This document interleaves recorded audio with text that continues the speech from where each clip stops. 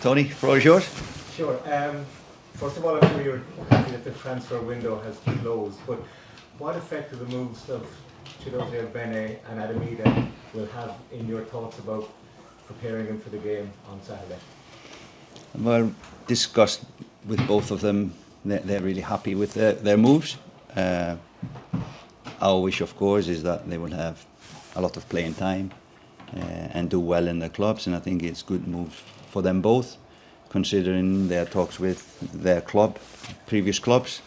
So yeah, I guess and I hope, of course, that it's going to be a positive move for us, that they will be playing on a consistent basis, as many other moves that happened yesterday or the day before. It was it's a little disruption for us to have the transfer deadline day in a FIFA window, so players needed to go and miss out trainings, meeting, etc. So yeah, no, we are happy that it's closed now, and our players are happy with where they are. How does it affect your plans though? Because having missed a day's training, both players would probably have wanted more game time as well, recently.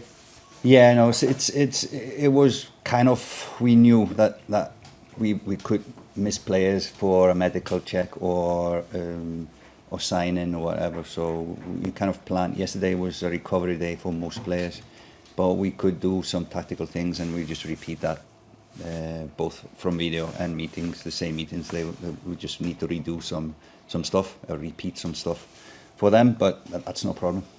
Talk to me about Johnny Kenny. You've chosen him to come in the absence of Troy Parrott. Why did you pick Johnny at the moment?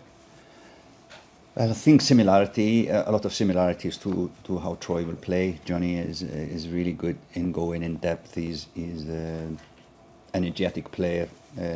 Seen a lot of games, Rovers games from last year, where he was always running in depth, and not only for the first minute, but continuously for 90 minutes. And that was rewarded with late goals for Rovers last year. So I was happy with him, and he's been getting minutes at Celtic. Adam's move probably will give him even more minutes this season. So no, I hope it goes hand in hand. I think he has a future as one of our strikers in the squad, and I know he's young. He has time to improve a lot, but I think he's ready, and we really want to work with him. Can I ask you as well? News emerged through the Sun Independent this weekend of a court case being taken by former Ireland manager Alan Gleeson against the association, alleging discrimination. Now, one of the things that your players have done in the recent past is to make a move to help there be equal pay between the men's and women's team. Now, obviously, I don't expect you to talk about the legal case, but in general, do you accept there should be equal pay at some point for managers as well? Well, that's not me to decide. If I can only talk from my point of view in this one, I was offered a job, and it was my decision if I took it or refused it. A lot of coaches will do the same things as I am doing, having a lot more money for that. There's also a lot of coaches as well doing the same thing as I'm doing, getting less salaries than me. So that's just us. I can accept a job offer or refuse it as my right, and that has nothing to do with gender, in my opinion. So equal pay is someone else to decide.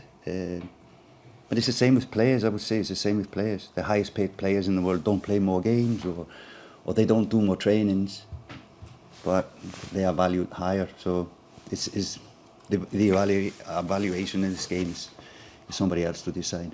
Do you feel there should be a move towards equal pay, though, in managers as well, in general? Well, it depends on the job. Bernard, please. Heimir, you mentioned the word disruptive there on the transfer window. Would you prefer to have a different point that the transfer window was closed before you got players? Is it at a bad point? Yeah, of course we would like this to have the players uninterrupted from at least leaving the camp, but it has to be somewhere, and probably most of the deals were done prior to the camp. It's Hungary, of course, this weekend.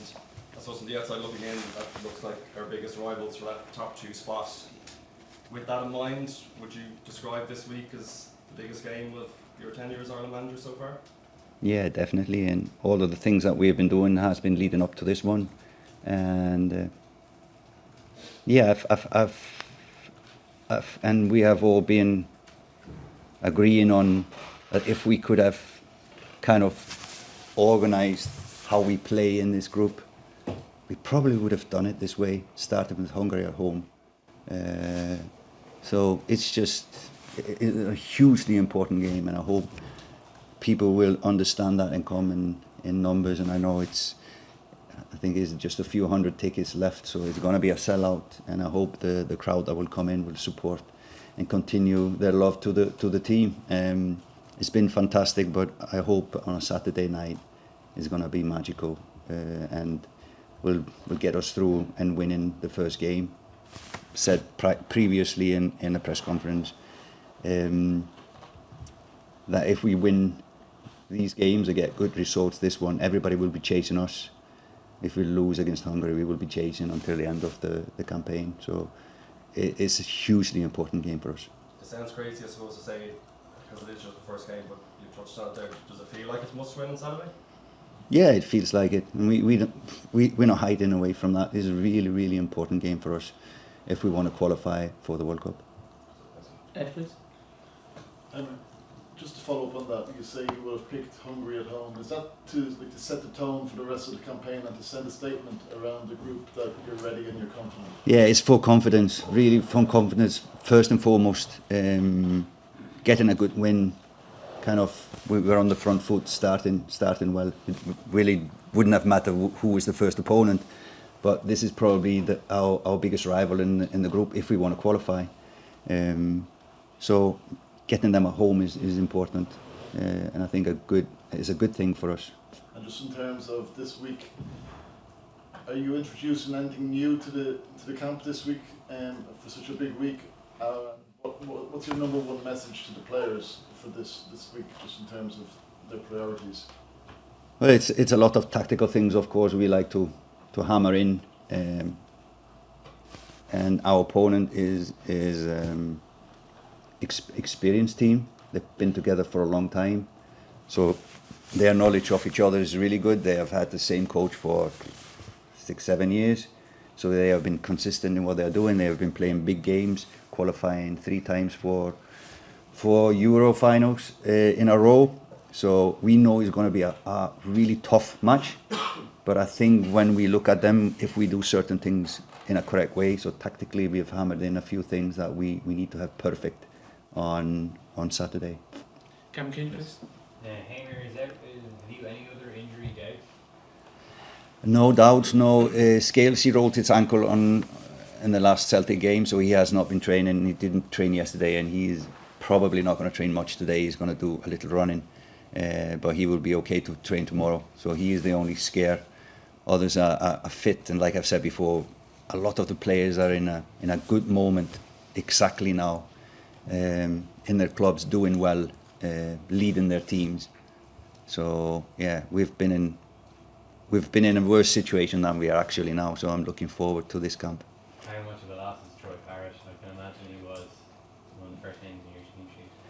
Yeah, of course. Every coach would like to have the top scorer in Europe in his team, but it's mostly when something like this happens, you start to feel sorry for yourself. But imagine the player himself in such a good form. So I feel for him.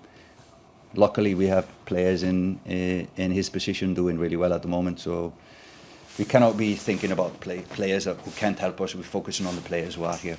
Do you know much about the severity of his injury? Is there any chance he might miss October or November, given it's such a short campaign? Yeah, from what I hear, it might be a possibility he will lose the next camp as well. Do you know what the injury is then? Say again? What is the injury? Is it a knee ligament? I think a medial ligament. One for nine, so in the line. Heimir, Kieran McKenna said that he'd actually go on loan to get into the rhythm because it's sooner than you want him to be playing better games for him. Is he ready to start for Ireland? Feel so, yeah. He feels so. So we're obviously going to push the players in the next 2 days and see the numbers, etc. I saw him play 2 live games. 90 minutes. Even he played for Ipswich 90 minutes. So didn't look like he was struggling with fitness and feels fit and free. But of course, with the serious injury like this will take some time to get into full fitness. Just before we start the embargoed section, we've got our young reporter Luca here today, who's got also a question for Heimir. Luca, take it away. What advice would you give your younger self, and what do you have for breakfast before a big lunch? Great questions. I get this question every time. No, I try to eat healthy when I'm here, so I eat a lot of fruits in the morning. My younger self, yeah, stay true to yourself. Probably, I was lucky. I was raised by good parents, and my role model in life is my mother, how she treated people. So that's my role model in life. Just be a good human being and try to be honest in whatever you're doing. Yeah, thanks. Thank you, Luca. We'll start the embargoed section now, which will be